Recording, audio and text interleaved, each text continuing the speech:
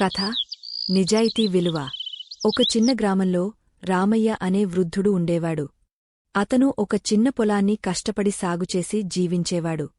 ఒకరోజు అతని పక్కింటివాడు రాజు అనే యువకుడు రామయ్య దగ్గరకు వచ్చాడు. రాజు: రామయ్యయ్యా, మీరు ఎప్పుడూ సంతోషంగా ఉంటారు.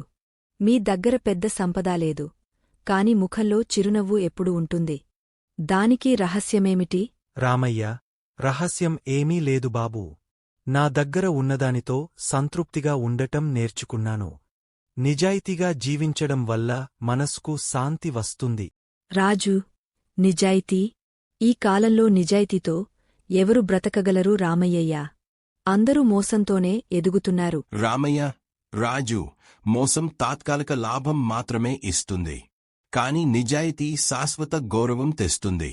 ఒక ఉదాహరణ చెబుతాను, విను.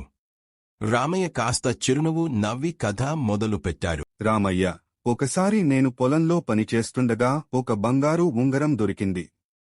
అది నా పొలానికి పక్కనున్న రామచంద్రంగారి దానని తెలిసింది. ఆ ఉంగరాన్ని నేను వెంటనే అతనికి ఇచ్చేశాను.